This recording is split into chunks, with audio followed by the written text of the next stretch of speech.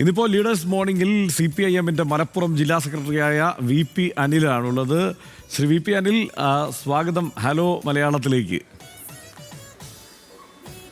Thank you. എന്തായാലും ഇപ്പോൾ ജില്ലാ സെക്രട്ടറിയായി ചുമതലയേറ്റതിന് ശേഷം ആദ്യം വരുന്ന ഒരു വെല്ലുവിളി എന്ന് പറയുന്നത് നിലമ്പൂർ ഉപതെരഞ്ഞെടുപ്പൊക്കെ ആയിരിക്കുമല്ലോ. എങ്ങനെയായി തയ്യാറെടുപ്പുകൾ? നിലമ്പൂർ തെരഞ്ഞെടുപ്പ് അപ്രതീക്ഷിതമായി വന്ന ഒന്നാണ്. ഒരുപക്ഷെ അടിച്ചേൽപ്പിക്കപ്പെട്ട ഒരു തെരഞ്ഞെടുപ്പാണ് എന്ന് പറയാൻ പറ്റും.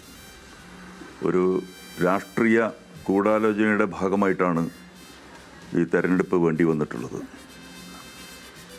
അവിടെ ഉണ്ടായിരുന്ന ജനപ്രതിനിധി കഴിഞ്ഞ 2 തവണയും ഇടതുപക്ഷത്തോടൊപ്പം ചേർന്നാണ് നിന്നിട്ടുള്ളത്. അദ്ദേഹം വലതുപക്ഷത്തോടൊപ്പം ചേർന്ന് ഒരു നിയമസഭാ തെരഞ്ഞെടുപ്പ്, തദ്ദേശ സ്വയംഭരണ തെരഞ്ഞെടുപ്പ് വരുന്നതിന് മുൻപ് നിലമ്പൂരിൽ രാഷ്ട്രീയ ഗൂഢാലോചന നടത്തി ഒരു അട്ടിമറി വിജയം നടത്തി വലതുപക്ഷത്തെ ശക്തിപ്പെടുത്താം, ഇടതുപക്ഷത്തെ ദുർബലപ്പെടുത്താം എന്ന കാഴ്ചപ്പാടോട് കൂടിയിട്ട് ഉള്ള ഒരു രാഷ്ട്രീയ ഗൂഢാലോചനയുടെ നീക്കമാണ് നടത്തിയിട്ടുള്ളത്. പക്ഷെ ആ നീക്കത്തെ ഇടതുപക്ഷ ജനാധിപത്യ മുന്നണിയും കമ്മ്യൂണിസ്റ്റ് പാർട്ടിയും വളരെ പെട്ടെന്ന് തിരിച്ചറിയുകയും ഒരു പോറൽ പോലും ഏൽക്കാതെ ഇടതുപക്ഷ ജനാധിപത്യ മുന്നണിയെയും കമ്മ്യൂണിസ്റ്റ് പാർട്ടിയെയും അവിടെ സംരക്ഷിക്കാൻ വേണ്ടി കഴിഞ്ഞിട്ടുണ്ട്. തീർച്ചയായും ഇപ്പോൾ ഇവിടെ തെരഞ്ഞെടുപ്പ് ചർച്ചകൾ വളരെ സജീവമായി പുരോഗമിക്കുന്നു. സ്ഥാനാർത്ഥി ആരായിരിക്കുമെന്നൊക്കെയുള്ള ചർച്ചകൾ UDF-ൽ വേഗത്തിൽ നടന്നുകൊണ്ടിരിക്കുന്നു. അതിൻ്റെ തർക്കങ്ങളൊക്കെ നമ്മൾ കാണുന്നുണ്ട്. എന്നിരുന്നാലും അവരങ്ങനെ ഒരു എപ്പോഴും നമ്മൾക്കറിയാമല്ലോ, UDF-ന്റെ ഒരു തെരഞ്ഞെടുപ്പ് പ്രവർത്തനമോ അല്ലെങ്കിൽ മറ്റു പരിപാടികളോ ഒക്കെ ആദ്യം ഒരു തർക്കത്തിലാണ് ആരംഭിക്കുക. പക്ഷേ അതവർക്ക് ചിലപ്പോഴൊക്കെ ഒരു മേൽക്കൈ നേടാൻ സഹായകമാകാറുമുണ്ട്. ആ നിലയ്ക്ക് നോക്കിയാൽ അവർ കുറച്ച് മുമ്പിലാണ് ഈ ചർച്ചകളിൽ നിന്ന് തോന്നുന്നുണ്ടോ? അല്ല, അത് അവരുടെ അഭ്യന്തര കാര്യങ്ങളാണ്. തർക്കങ്ങളും പിന്നെ സ്ഥാനാർത്ഥി നിർണയത്തിൽ 2ആണോ 3ആണോ എന്നുള്ളതെല്ലാം നടക്കട്ടെ. അതിൽ പലപ്പോഴും പിന്നെ മേൽക്കൈയാണോ പരാജയമാണോ സംഭവിച്ചിട്ടുള്ളത് എന്നുള്ളത് പല ഘട്ടങ്ങളിലായി കേരള രാഷ്ട്രീയം കണ്ടിട്ടുള്ളതാണ്. ഞങ്ങളെ സംബന്ധിച്ചിടത്തോളം അവിടുത്തെ തർക്കങ്ങൾ ഒരു പ്രശ്നമുള്ള കാര്യമല്ല. ഞങ്ങളെ സംബന്ധിച്ചിടത്തോളം തെരഞ്ഞെടുപ്പ് പ്രഖ്യാപിച്ചു കഴിഞ്ഞാൽ ഇടതുപക്ഷ ജനാധിപത്യ മുന്നണി പാർട്ടി സ്ഥാനാർത്ഥിയെ സംബന്ധിച്ചിടത്തോളം തീരുമാനമെടുക്കും. അത് ആ മണ്ഡലത്തിൽ ജയിക്കാൻ സാധ്യതയുള്ള, ജയിക്കുമെന്ന് ഉറപ്പുള്ള ഏറ്റവും ഉചിതമായ ഒരു സ്ഥാനാർത്ഥിയായിരിക്കും ഇടതുപക്ഷ ജനാധിപത്യ മുന്നണി പ്രഖ്യാപിക്കുക. ആ നിലയ്ക്ക് അതിൻ്റെ കാര്യങ്ങൾ മുന്നോട്ട് പോകും. ആ സ്ഥാനാർത്ഥിയെ വിജയിപ്പിക്കുന്നതിന് വേണ്ടിയിട്ടുള്ള സംഘടനാപരമായ ഒരുക്കങ്ങളാണ് ഞങ്ങൾ നടത്തിക്കൊണ്ടിരിക്കുന്നത്. ഈ PV അൻവർ ഒരു പക്ഷത്തുണ്ട് എന്നുള്ളത് അറിയാമല്ലോ. അവിടുത്തെ MLA ആയിരുന്ന രാജിവെച്ച PV അൻവർ ഒരു ചുവട് ആരോപണങ്ങളുമായിട്ടാണ് അദ്ദേഹം തെരഞ്ഞെടുപ്പ് പ്രചാരണത്തിന് ഇറങ്ങുക എന്നും ഉറപ്പാണ്. അപ്പോൾ അതിനെ എങ്ങനെ നേരിടാനാണ് നിങ്ങളുടെ പദ്ധതി? അല്ല, അദ്ദേഹം ഇടതുപക്ഷ ജനാധിപത്യ മുന്നണിയോടും പാർട്ടിയോടും ഇടപറഞ്ഞ സന്ദർഭത്തിൽ തന്നെ ഒരുപാട് ആരോപണങ്ങൾ ഉന്നയിച്ചിരുന്നു. ആ ആരോപണങ്ങളെല്ലാം തന്നെ സർക്കാരും പാർട്ടിയും അവധാനതയോട് കൂടിയിട്ടാണ് കൈകാര്യം ചെയ്തിട്ടുള്ളത്. അത്തരം ആരോപണങ്ങളെല്ലാം തന്നെ തള്ളിക്കളയുന്ന രൂപത്തിലേക്കാണ് പിന്നീട് കാര്യങ്ങൾ ഉണ്ടായിട്ടുള്ളത് എന്നുള്ളത് കാണാൻ വേണ്ടി കഴിയും. ആ ആരോപണങ്ങളുടെ ഭാഗമായി ഇടതുപക്ഷ ജനാധിപത്യ മുന്നണിക്കോ പാർട്ടിക്കോ ഗവൺമെൻറ്റിനോ ഒരു വിധത്തിലുള്ള പോറലും ജനങ്ങൾക്കിടയിൽ സംഭവിച്ചിട്ടില്ല എന്നുള്ളത് ഇക്കാലം എത്രയുമുള്ള കാര്യങ്ങൾ വെച്ചുകൊണ്ട് തന്നെ വ്യക്തമാക്കപ്പെട്ടിട്ടുള്ള ഒരു വസ്തുതയാണ്. അതുകൊണ്ട് തന്നെ അദ്ദേഹം പൊട്ടിക്കുന്ന വെടികളെല്ലാം ഉണ്ടയില്ലാത്ത പിന്നെ കാര്യങ്ങളായിട്ട് മുന്നോട്ട് പോകും. അതൊന്നും ഈ തെരഞ്ഞെടുപ്പിൽ ഒരു വിഷയമല്ല. അൻവർ ഈ തെരഞ്ഞെടുപ്പിൽ ഒരു വിഷയമായിട്ട് മാറുകയുമില്ല. ഇപ്പോൾ നമുക്കറിയാം, ഇതുവരെ നടന്ന തെരഞ്ഞെടുപ്പുകളിൽ, ഈ സർക്കാർ വന്നതിന് ശേഷം നടന്ന ഉപതെരഞ്ഞെടുപ്പുകളിലെല്ലാം സിറ്റിംഗ് പാർട്ടി ഏതാണോ, സിറ്റിംഗ് മുന്നണി ഏതാണോ, ആ മുന്നണി തന്നെ വിജയിക്കുന്ന സാഹചര്യമാണ് ഉണ്ടായത്. ഇപ്പോൾ ചേലക്കരയടക്കം നമ്മൾ പരിശോധിച്ചാൽ അത് തന്നെയാണ് സംഭവിച്ചത്. നിലമ്പൂരിൽ എങ്ങനെയായിരിക്കും പ്രതീക്ഷ? നിലമ്പൂരിൽ പൂർണ്ണമായും ഇടതുപക്ഷ ജനാധിപത്യ മുന്നണി വിജയിക്കുന്നതിന് വേണ്ടിയിട്ട് എല്ലാ സാധ്യതകളും പിന്നെ ഞങ്ങൾക്ക് പൂർണ്ണമായ ആത്മവിശ്വാസമുണ്ട്. കാരണം നിലമ്പൂരിൻ്റെ ചരിത്രത്തിൽ ഇന്ന് വരെ ഇല്ലാത്ത രൂപത്തിലുള്ള വികസന പ്രവർത്തനങ്ങളാണ് കഴിഞ്ഞ 8 വർഷത്തിൻ്റെ ഉള്ളിൽ നിലമ്പൂരിൽ നടന്നിട്ടുള്ളത്. ഏതാണ്ട് 1600 പരം കോടി രൂപയുടെ വികസന പ്രവർത്തനങ്ങൾ കഴിഞ്ഞ 8 വർഷത്തിൻ്റെ ഉള്ളിൽ നടന്നു. അവിടെ MLA-മാരുണ്ടായിരുന്നു, മന്ത്രിമാരുണ്ടായിരുന്നു. ആ കാലഘട്ടങ്ങളിലൊന്നും ഇത്തരത്തിലുള്ള വികസന പ്രവർത്തനങ്ങൾ ആ മണ്ഡലത്തിൽ നടന്നിട്ടില്ല. നിലമ്പൂർ ബൈപ്പാസ് ഇപ്പോൾ യാഥാർത്ഥ്യമാകാൻ വേണ്ടി പോവുകയാണ്. അതിൻ്റെ ആദ്യഘട്ടം നടന്നു. ഇപ്പോൾ അതിൻ്റെ 2ാം ഘട്ടത്തിലേക്കും 3ാം ഘട്ടത്തിലേക്കും പണം അനുവദിച്ചുകൊണ്ടുള്ള തീരുമാനം വന്നു കഴിഞ്ഞു. ഗവൺമെൻറ് കോളേജ് അത് യാഥാർത്ഥ്യമാകാൻ വേണ്ടി പോവുകയാണ്. അതിൻ്റെ കെട്ടിടവും സ്ഥലമെടുപ്പും എല്ലാം തന്നെ. അതിനോടൊപ്പം തന്നെ പ്രളയത്തിൽ നഷ്ടപ്പെട്ടിട്ടുള്ള വീടുകൾ, അതിൻ്റെ ആളുകളുടെ പുനരധിവാസം അവിടെ പൂർണ്ണമാക്കപ്പെട്ടു. നിരവധി പാലങ്ങൾ തകർക്കപ്പെട്ടിരുന്നു, റോഡുകൾ തകർക്കപ്പെട്ടിരുന്നു ആ പ്രളയത്തിൻ്റെ ഭാഗമായി. അതെല്ലാം തന്നെ പുനഃസ്ഥാപിച്ചുകൊണ്ട്, അതുപോലെ തന്നെ ആശുപത്രി, നിലമ്പൂരിലെ ആശുപത്രി അന്താരാഷ്ട്ര നിലവാരത്തിലേക്ക് എത്തിയിരിക്കുകയാണ്. ആ രീതിയിൽ ജനങ്ങൾക്ക് ഉപകാരപ്രദമായിട്ടുള്ള എല്ലാ മേഖലയ്ക്കകത്തും ഇടതുപക്ഷ ജനാധിപത്യ മുന്നണിയുടെ വികസന കൈത്താങ്ങുണ്ടായിട്ടുണ്ട് എന്നുള്ളത് അവരുടെ അനുഭവത്തിലൂടെ തിരിച്ചറിഞ്ഞിട്ടുള്ള 8 വർഷക്കാലമാണ്. ഇപ്പോൾ ഈ ഉപതെരഞ്ഞെടുപ്പ് വന്നത് ജനങ്ങൾക്ക് ഒരു തരത്തിൽ അനുഗ്രഹമായി എന്ന് കരുതാമോ? കാരണം ഇപ്പോൾ 2 ദിവസം മുമ്പ് 227 കോടി രൂപ ബൈപ്പാസിനുള്ള ധനാനുമതി ഒക്കെ ലഭിച്ചിട്ടുണ്ട്. അങ്ങനെ വികസന മേഖലയിൽ കൂടുതൽ പണം ചെലവഴിക്കാനുള്ള ത്വരിത നീക്കം സർക്കാരിൻ്റെ ഭാഗത്തു നിന്നുണ്ടാവുന്നുണ്ടോ? അത് ഉപതെരഞ്ഞെടുപ്പിൻ്റെ ഭാഗമായിട്ട് മാത്രമല്ല, വളരെ നേരത്തെ തന്നെ ബൈപ്പാസ് നിർമ്മാണവുമായി ബന്ധപ്പെട്ടുകൊണ്ട് ഇടതുപക്ഷ ജനാധിപത്യ മുന്നണി അത്തരം നടപടികളിലേക്ക് നീങ്ങിയിരുന്നു. അതിൻ്റെ തുടർച്ചയാണ് ഇപ്പോൾ നടന്നുകൊണ്ടിരിക്കുന്നത്. ഇനിയും അതിൻ്റെ തുടർച്ചകൾ ഉണ്ടാവേണ്ടതുണ്ട് നിലമ്പൂരിൽ. ആ തുടർച്ചയ്ക്ക് വേണ്ടിയിട്ട് തന്നെയാണ് ജനങ്ങൾ കാത്തിരിക്കുന്നത്. എന്തായാലും ഇതൊരു സർക്കാരിൻ്റെ വിലയിരുത്തലാകും ഈ തെരഞ്ഞെടുപ്പ് എന്ന് PV അൻവർ ആവർത്തിച്ച് പറയുന്നുണ്ട്. ഒരു ആത്മവിശ്വാസം PV അൻവറിന് കാണുന്നുണ്ട്. അദ്ദേഹം എന്തായാലും UDF-ൻ്റെ സ്ഥാനാർത്ഥി നിർണ്ണയം കഴിഞ്ഞ് ഇനി വാതുറക്കൂ എന്ന് പറഞ്ഞിട്ടുണ്ടെങ്കിലും ആ ആത്മവിശ്വാസം അനുസരിച്ചാണ് കാര്യങ്ങൾ എന്ന് ഇടതുമുന്നണി കരുതുന്നുണ്ടോ? ഈ പറയുന്ന സർക്കാരിൻ്റെ ഒരു വിലയിരുത്തലാകും എന്ന മട്ടിൽ കണക്കാക്കുന്നുണ്ടോ? അദ്ദേഹത്തിൻ്റെ ആത്മവിശ്വാസം ശരിയാണ്. കാരണം അദ്ദേഹം തന്നെ അദ്ദേഹത്തിൻ്റെ തെരഞ്ഞെടുപ്പ് വിജയത്തെ സംബന്ധിച്ചിടത്തോളം പറഞ്ഞിട്ടുണ്ട്. എൻ്റെ വിജയം ഇടതുപക്ഷ ജനാധിപത്യ മുന്നണി ഗവൺമെൻറ്റിൻ്റെ വികസന നേട്ടങ്ങളുടെയും അതിന് നേതൃത്വം കൊടുത്തിട്ടുള്ള കേരളത്തിലെ മുഖ്യമന്ത്രി പിണറായി വിജയന് കിട്ടിയിട്ടുള്ള വോട്ടിൻ്റെയും കൂടി പിൻബലത്തിലാണ് എൻ്റെ വിജയം എന്നുള്ളത് അദ്ദേഹം തന്നെ മാധ്യമപ്രവർത്തകരോട് പറഞ്ഞിട്ടുണ്ട്. അതുതന്നെയാണ് അവിടെ ഇടതുപക്ഷ ജനാധിപത്യ മുന്നണി നിർത്താൻ വേണ്ടി പോകുന്ന സ്ഥാനാർത്ഥിയെ സംബന്ധിച്ചിടത്തോളം ഉള്ളതും. അപ്പോൾ ഇടതുപക്ഷ ജനാധിപത്യ മുന്നണി പൂർണ്ണമായ ആത്മവിശ്വാസത്തിലാണ് മുന്നോട്ട് പോകുന്നത്.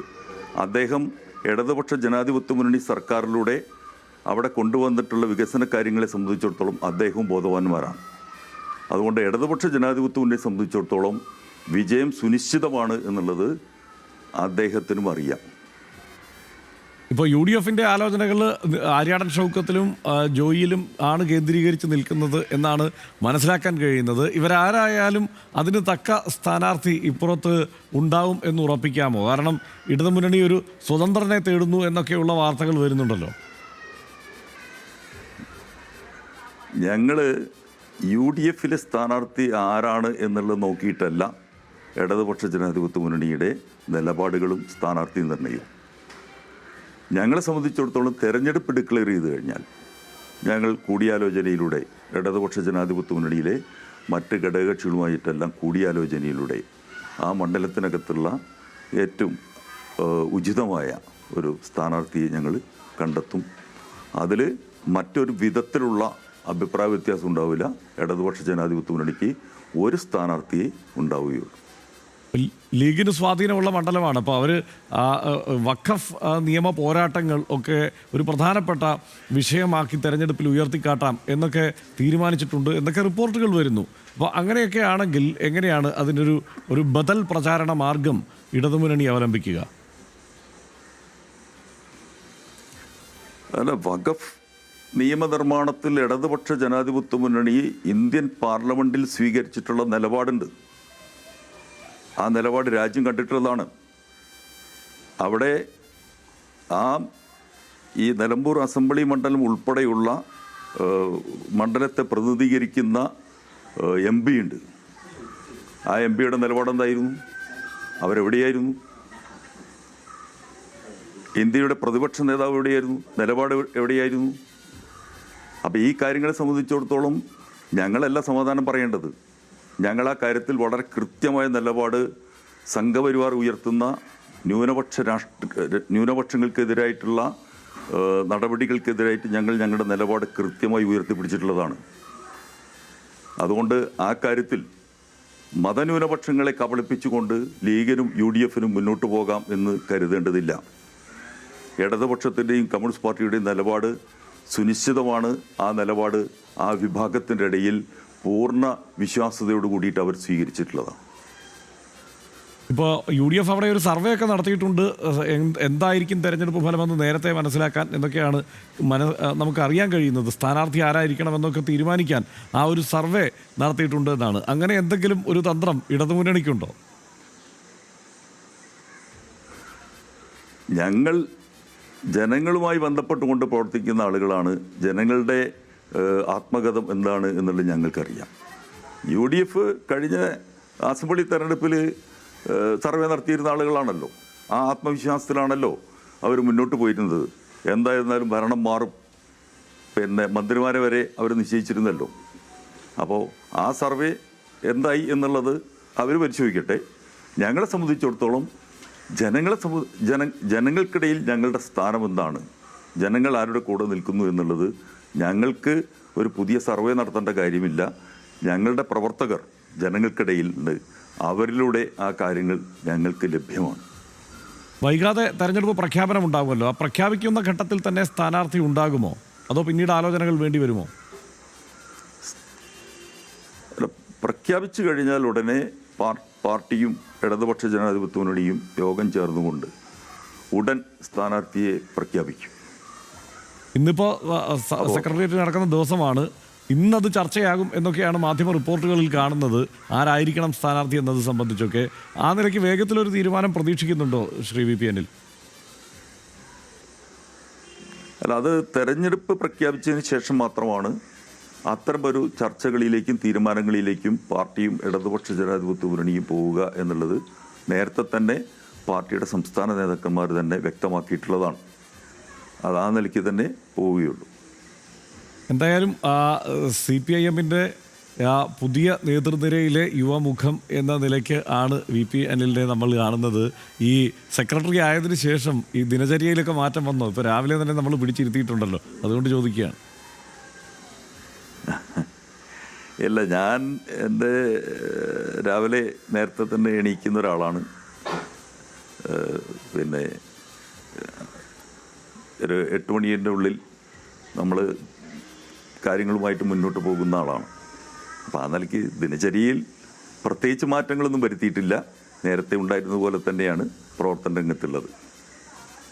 പ്രത്യേകിച്ച് നടക്കാൻ ഇറങ്ങാറൊക്കെ ഉണ്ടോ? അങ്ങനെ വല്ലതും ഉണ്ടോ? ഈ എല്ലാ എക്സർസൈസും ഒക്കെ കൊടുക്കാറുണ്ടോ, അതോ നേരിട്ടങ്ങ് ജനങ്ങളിലേക്ക് ഇറങ്ങുകയാണോ? അത് എനിക്കൊരു ചെറിയ ആരോഗ്യ പ്രശ്നം ഈ അടുത്ത വേളയിലുണ്ടായിരുന്നു. അതിനെ തുടർന്ന് എക്സസൈസൊക്കെ നിർത്തിവെച്ചതാണ്.